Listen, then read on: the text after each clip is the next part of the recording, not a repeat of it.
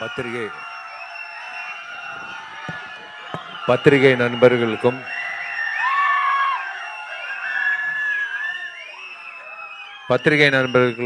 இங்க மேடையில் இருக்கிற பெரியவர்களுக்கும் சின்னவர்களுக்கும் எல்லோருக்கும் என் மாலை வணக்கத்தை தெரிவிச்சுக்கிறேன். ஒரே ஒரு விஷயம் நான் பேசிடுறேன். லத்தி சார்ஜோட திரைப்படம் 4 மொழிகளில் டிசம்பர் 22 எல்லாம் வேர்ல்டு வைட் ரிலீஸ் ஆக போகுது. அதோட ஹிந்தி வெர்ஷன் டிசம்பர் 30 டிஃபர் பண்ணி ரிலீஸ் பண்ணுறோம். முதல்ல தொடங்குறதுக்கு முன்னாடி நான் எல்லோருக்கும் மேடையில் இருக்கிற அத்தனை பேருக்கும் நான் மன்னிப்பு தெரிவிச்சுக்கிறேன். இது வழக்கமாக நான் மன்னிப்பு தெரிவிச்சுக்கிறது ஒரு விஷயம். பொதுவாக என்னோடய ஃபங்க்ஷன்னா பூச்செண்டோ இல்லை ஷால்வையோ நான் கொடுக்குற பழக்கம் கிடையாது. ஏன்னா அது வீண் செலவு. அது ஒரு 10 நிமிஷம்தான் அதுக்கான உயிர் இருக்குது. ஸோ உங்கள் சார்பாக ராணா ப்ரொடக்ஷன் சார்பாக அந்த செலவு, அந்த பொக்கேயும் அந்த ஷால்வைக்கான செலவு 2 குழந்தைகள் வழக்கம் போல் 2 குழந்தைங்களோட படிப்புக்காக போயிருக்கு. அவங்க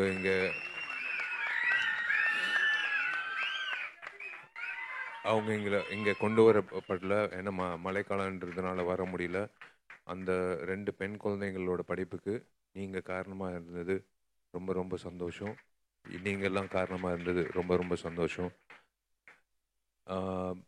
முதல்ல இந்த மேடையில் ஒரு கான்ஸ்டபிளாக முதல்ல உங்களுக்கு ஒரு சல்யூட் அடிச்சிருக்கேன் சார். ஜாங்கித் சார் நான் இதுக்கு முன்னாடி சந்திச்சிருக்கேன். அவர் வாழ்க்கையில் பார்த்த எபிசோட்ஸ் படங்களாக எடுக்கணுன்னா கண்டிப்பாக லோகேஷ்கே ஒரு 4 திரைப்படம் திரைக்கதை கிடைக்கும். நிறைய இயக்குநர்களுக்கு கதைகள் கிடைக்கும். அப்படிப்பட்ட இன்சிடென்ட்ஸ் அவர் வாழ்க்கையில் பார்த்துருக்காரு. இன்றைக்கி ரமணா நந்தா யாரை கூப்பிடலாம் அப்படின்னு சொல்லும்போது நான் முதல்ல சொன்னது, தயவு செஞ்சு இந்த படத்தோட ட்ரெய்லர் லான்ச்சுக்கு ஜாங்கித் சாரை கூப்பிடுங்க அப்படின்னு சொன்னேன். ரொம்ப நன்றி சார், நீங்கள் வந்தது. Thank you so much. உங்கள் கான்ட்ரிபியூஷன் டு த சொசைட்டி மறக்க முடியாத ஒரு விஷயம். நீங்கள் ரிட்டையர்டாக இருக்கலாம், ஆனால் உங்களோட சர்வீஸ் ரிட்டையர்டாக இருக்காது. கண்டிப்பாக உங்களோட சர்வீஸ் கண்டிப்பாக இப்போ செல்லுலாய்ட் மூலிமா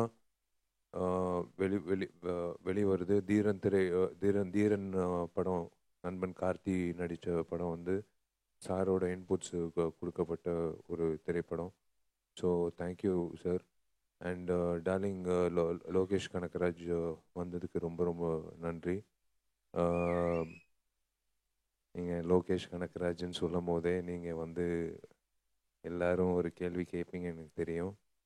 அதுக்கு நான் சொல்லிட்டேன் ஆல்ரெடி பதில்.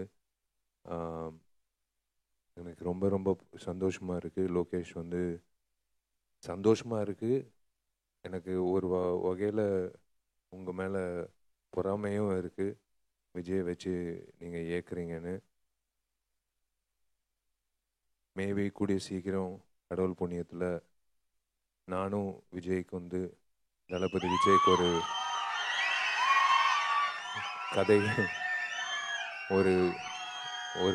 ஒரு நல்ல கதை சொல்லி லோகேஷ் எப்படி தளபதி விஜய் வச்சு ஒரு படம் பண்ணுறாரோ அதே மாதிரி நான் ஒரு இயக்குனராக தளபதி விஜய் வச்சு ஒரு படம் பண்ணணுன்னு எனக்கு நீண்ட நாள் ஆசை. ஸோ அதுவும் நடக்கும்னு நான் நம்புகிறேன். இந்த திரைப்படம் வினோத் முதல்ல கதை சொல்லும்போது எல்லாரும் கேட்டாங்க, ஏன் இப்போ எப்போவுமே புதுமுக இயக்குநர்கள் கதை பண்ணுறீங்க, நீங்கள் சீசன் டைரக்டர்ஸோட படம் பண்ணி ரொம்ப ஜாலியாக படம் பண்ணி முடிச்சிடலாமேன்னு. பட் இவங்க கிட்ட இருக்கிற அந்த இன்புட்ஸ் இவங்கக்கிட்ட இருக்கிற அந்த வெறி, ஜெயிக்கணுன்ற அந்த வெறி எல்லாமே வந்து எனக்கு பிடிச்ச ஒரு விஷயம். இந்த கதையை சொல்லும்போது ஃபஸ்ட்டு எடுத்த உடனே பேகு ஏற்றினார். இது ஆக்சுவலாக ரிச்சர்ட் நண்பன் ரிச்சர்டு சினிமாட்டோகிராஃபருக்கு நான் நன்றி சொல்லணும். ரிச்சர்ட் மூலிமா தான் வினோத் எனக்கு அறிமுகமானாப்புல. ரிச்சர்ட் வந்து தயவு செஞ்சு அண்ணன் இந்த கதையை கேட்டு மிஸ் பண்ணிடாதீங்க, தயவு செஞ்சு கேட்டுருங்கன்னு. அப்படி என்னடா பில்டப் கொடுக்குற, சரி வர சொல்லு அப்படின்னு சொல்லி.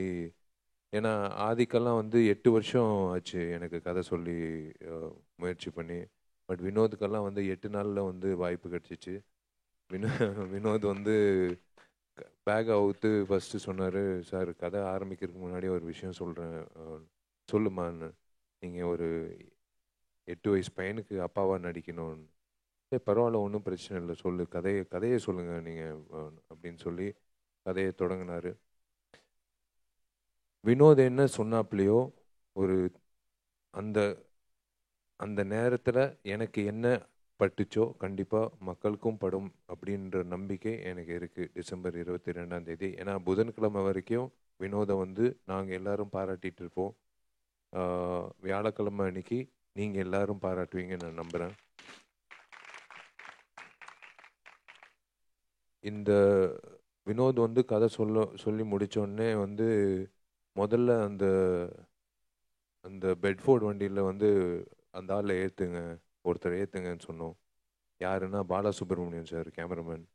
அவர் வந்து பர்மிஷன் எல்லாம் கேட்கல, அவர் வந்து வண்டியில் ஏற்றுங்க, அவர் தான் கேமராமேன் இந்த படத்துக்குன்னு. ஸோ பாலசுப்ரமணியம் சாருக்கு நன்றி, பாலகிருஷ்ண தோட்டத்துக்கும் நன்றி, 2 பேருக்கும் கேமராமேனாக இருந்ததுக்கு இந்த படத்துக்கு.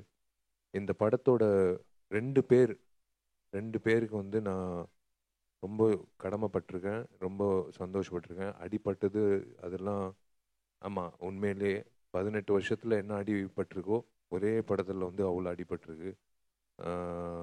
இப்போ வந்து என் கை, நான் ஏன் ஃபுல் ஸ்லீவ் போட்டிருக்கேன்னா, கை காட்டினேன்னா மெக்கானிக் கை மாதிரி இருக்கும், அங்கிட்டு தழும்பு இருக்கும். இந்த படத்தில் வேணும்னே அடி வாங்கணும் அப்படின்ற விஷயம் இல்லை. இது ஒரு அன்ஃபினிஷ்ட் பில்டிங்கில் நடக்கிற ஒரு விஷயம். ஒரு 80 நாள் வந்து அந்த கடைசி 45 நிமிஷம் அந்த சண்டே காட்சி வந்து இப்போ படப்பிடிப்புக்காக இப்போ பண்ண வேண்டிய சூழ்நிலையில் ஆணி, அந்த கம்பு, இந்த இரும்பு கம்பு அந்த மாதிரியெல்லாம் இருக்கும். ஸோ அந்த நேரத்தில் அந்த எமோஷனில் பண்ணும்போது என்ன இருக்குதுன்னு தெரியாமல் வேலை பண்ணும்போது நிறைய அடிபட்டிருக்கு. கேரளாவுக்கு போய் நானும் நந்தாவும் வந்து நந்தா என் கூட வந்தாப்புல ட்ரீட்மெண்ட் எடுத்து மறுபடியும் படப்பிடிப்பு தொடங்கணும். இது 2 பேர், பீட்டர் அண்ட் மாஸ்டருக்கு வந்து நான் ஃபஸ்ட் டைம் பீட்டர் அண்ட் மாஸ்டரோட வேலை செய்கிறேன். அவருக்கு வந்து நான் ஒரு ஒரு டெக்னீஷியனாக இவ்வளோ உழைப்பு கொடுக்க முடியுமா, ஒரு டெக்னீஷியனாக வந்து இவ்வளோ வந்து கான்சன்ட்ரேஷன், ஒரு சேஃப்டி, ஒரு ஹீரோவோட சேஃப்டி எல்லாம் பார்க்கக்கூடிய ஒரு டெக்னீஷியனை நான் வியந்து பார்த்துருக்கேன். ஸோ இந்த படம் பார்த்து முடிச்சதுக்கப்புறம் 2 பேர் வந்து பேசப்படுவாங்க. ஒன்று யுவன் சங்கர் ராஜாவோட பேக்ரவுண்ட் மியூசிக், அதுதான் வந்து பேசப்படும். யுவன் சங்கர் ராஜா கலக்கிட்டாப்புல, விஷால் நல்லா நடித்தான் அப்படியெல்லாம் வந்து அது 3வதோ 4வதோ அப்படி கமெண்ட் வரும். 2வது வந்து பீட்டர் அண்ட் மாஸ்டரோட ஸ்டன் கொரியோகிராஃபி பற்றி தான் பேசப்படும். அவங்களுக்கு நான் நன்றி தெரிவிச்சுக்கிறேன். நண்பன் பொன் பார்த்திபனுக்கு நான் நன்றி தெரிவிக்கணும்னு அவசியமே இல்லை. அதே பெட்ஃபோர்ட் வண்டியில் இவரையும் ஏற்றிட்டு தான் கொண்டு போவேன் ஒவ்வொரு படத்துக்கும். மோரோவர் எனக்கு ஸ்ரீகாந்த் சார் வந்து எடிட்டர் வந்து இதுக்கு முன்னாடி நான் நடித்த படத்துலேயும் வேலை செஞ்சுருக்கோம். ஒரு நல்ல ஒரு ஒற்றுமை, எது கேட்டாலும் அவர் வந்து அவரோட சஜஷன் கிடைக்கும். நல்ல ஒரு ரேப்போ இருக்குது 2 பேருக்கும். இந்த படத்தோட ஆர்ட் டைரக்டர் கண்ணனுக்கு வந்து முக்கியமாக நன்றி தெரிவிச்சுக்கணும். ஏன்னா இது சாதாரண விஷயம் இல்லை. இந்த மாதிரி வந்து பீட்டர் அண்ட் மாஸ்டர் கேட்ட விஷயங்கள் எல்லாம் வந்து பண்ண முடியுமா அப்படின்னு இருக்கும்போது பண்ணி கொடுத்த ஆர்ட் டைரக்டர் கண்ணனுக்கு வந்து உண்மையிலேயே பாராட்டு தெரிவிச்சுக்கணும் இந்த படத்தில். இவன் வந்து யாரோ இவன் காசு கொடுத்துருப்பான்னு நினைக்கிறேன். நெருங்கிய நண்பன் ஆதிக், விஷாலோட நெருங்கிய நண்பன் ஆதிக் வந்திருக்காப்புல அப்படின்ட்டு. அடுத்த படம் மார்க் ஆண்டனியோட இயக்குனர். நெருங்கிய நண்பர் இல்லை, நெருங்கிய தம்பி ஆதிக்கு அண்ட் வினோத்துக்கு வந்து ரொம்ப நன்றி வந்ததுக்கு. இதே மாதிரி திரையரங்கத்தில் நம்ம வந்து கோலாகலமான ஒரு நிகழ்ச்சி நடத்த போகிறோம் கூடிய சீக்கிரம் சம்மரில், மார்க் ஆண்டனி திரைப்படம். அண்ட் மோஸ்ட் இம்பார்ட்டன்ட்லி அந்த பையன் ராகவ் வந்து தயவுசெய்து அவருக்கு ஒரு கைத்தட்டல் கொடுங்க. ஏன் சொல்கிறேன்னா,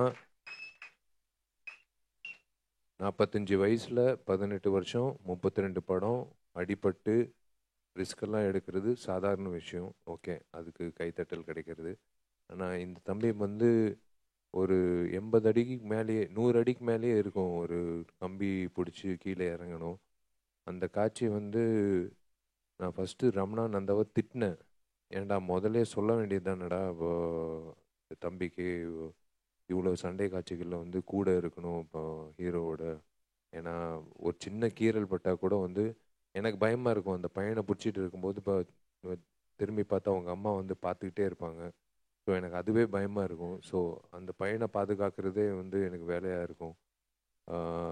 நானும் ராகவும் வந்து 4th ஃப்ளோர்லேருந்து குதித்தோம் ஒரு நெட்டில். எந்த ஒரு சைல்டு ஆர்டிஸ்ட் வந்து பண்ண முடியாதுங்க அந்த மாதிரி ஒரு சண்டை காட்சி. அந்த தைரியம் வந்து இந்த வயசுலேயே கிடைச்சது வந்து உண்மையிலேயே அவங்க அம்மா அப்பாவுக்கு வந்து நான் நன்றி தெரிவிச்சுக்கிறேன். அண்ட் முக்கியமாக வந்து இந்த படம் கதை கேட்டோடனே ரமணானந்தா ஃபோன், அதான் எனக்கு ஒரு பழக்கம் இருக்குது. கதை யாராவது வந்து ரெக்கமெண்ட் பண்ணாங்கன்னா அது கேவலமாக இருந்தால் நான் வந்து உள்ளே வா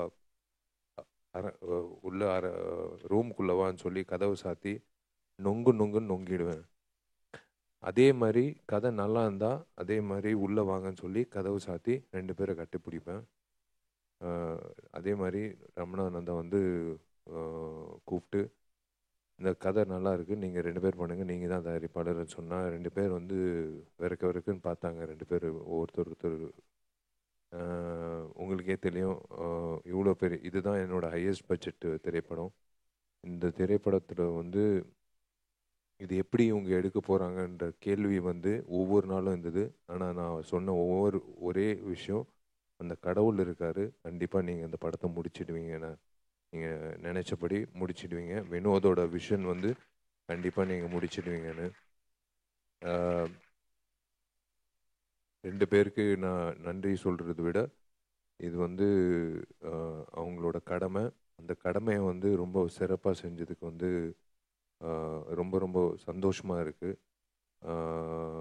அதான் சொன்ன மாதிரி ஒரு பேஸ்மெண்ட் நல்லா இருந்தால் வீடு நல்லா கட்டலாம். ஒரு நடிகனுக்கு வந்து ரொம்ப முக்கியமான ஒரு விஷயம் வந்து ஒரு தயாரிப்பாளர் வந்து அந்த ப்ராடக்டை நம்பி இறங்கி வேலை செஞ்சாங்கன்னா ஒரு நடிகனுக்கு வந்து அதை விட ஒரு சிறப்பான ஒரு குஷன் வந்து கிடைக்கவே கிடைக்காது. அந்த மாதிரி வந்து இந்த படத்துக்கு என்ன தேவையோ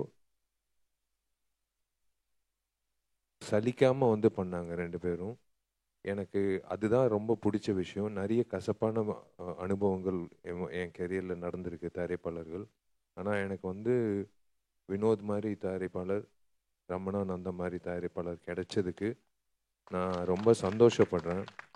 ஏன்னா நம்ம ஒன்று நினைப்போம், ஒவ்வொரு ஆர்டிஸ்ட்க்கு ஒரு மார்க்கெட் இருக்கும், அந்த மார்க்கெட்டுக்குள்ளே தான் திரைப்படம் பண்ணணும், அந்த திரைப்படம் வந்து இவ்வளோ தான் செலவு பண்ணணுன்னு இருக்கும்.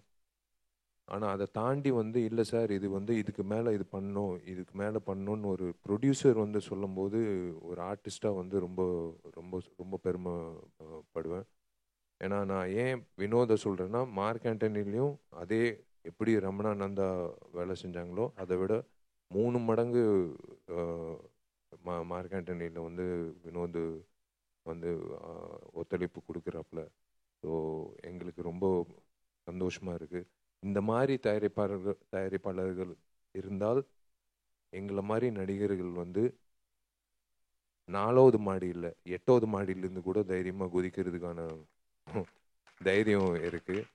ஏன்னா இந்த படம் டெஃபினட்டாக சிறப்பாக வரும்னு இப்போ நீங்கள் ட்ரெய்லர் பார்த்தீங்க. டிசம்பர் 22 வரப்போகுது. ஊடக நண்பர்கள், மீடியாவர்கள் எல்லாருக்கும் வந்து ரொம்ப ரொம்ப நன்றி நீங்கள் வந்ததுக்கு. இது அடுத்தடுத்து தமிழ், தெலுங்கு எல்லா லாங்குவேஜ்லேயும் வந்து ப்ரமோஷன் தொடங்கி இருக்கும். இல்லை தளபதி, புரட்சி தளபதி இல்லை தளபதி.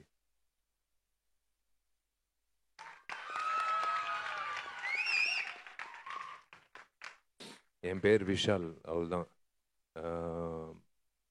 இந்த உண்மையிலே வந்து சந்தோஷமாக இருக்குது. இந்த மேடையில் வந்து முக்கியமானவர்கள் வந்து மனசார பாராட்டினது வந்து ரொம்ப ரொம்ப thanks Lokesh. Thanks for coming and really sorry for ஒரு விஷயத்துக்கு. மற்றபடி இந்த படத்தோட பிஆர்ஓ ஜான்சன் அவர்களுக்கு நான் நன்றி சொல்ல மாட்டேன். வழக்கம் போல் அவரோட கடமை வந்து அவர் வழக்கம் போல் எப்பவுமே பண்ணிகிட்டு இருப்பார். அண்ட் எல்லோரும் இந்த படத்தில் நடித்தவங்களுக்கும் சுனேனாக்கும் எல்லாருக்கும் வந்து நான் நன்றி தெரிவிச்சுக்கிறேன். கேஸ்ட் அண்ட் க்ரூ எல்லோருக்கும் நான் நன்றி தெரிவிச்சுக்கிறேன். Thank you so much Jangir sir and Lokesh for coming. And thank you எல்லோரும் நீங்கள் வந்ததுக்கு. 22 உங்கள் எல்லோருக்கும் தெரியும், நான் சாதாரணமாகவே வந்து பைரசினாலே இறங்கி கேள்வி கேட்குறது உண்டு. ஆனால் இப்போ கையில் லத்தி வேறு இருக்குது. ஸோ தயவுசெய்து திரையரங்கத்துக்கு போய் இந்த படத்தை பாருங்கள். இது கண்டிப்பாக வந்து நான் வார்த்தையால் சொல்கிறத விட நீங்கள் வந்து 22 சில்வர் ஸ்க்ரீனில் நீங்கள் உணர்வீங்கன்னு நான் நம்புகிறேன். ரொம்ப ரொம்ப நன்றி இந்த வாய்ப்பு கொடுத்ததுக்கு. Thank you every one. நீங்கள் வந்தது எத்தனை பேருக்கும் ரொம்ப ரொம்ப நன்றி.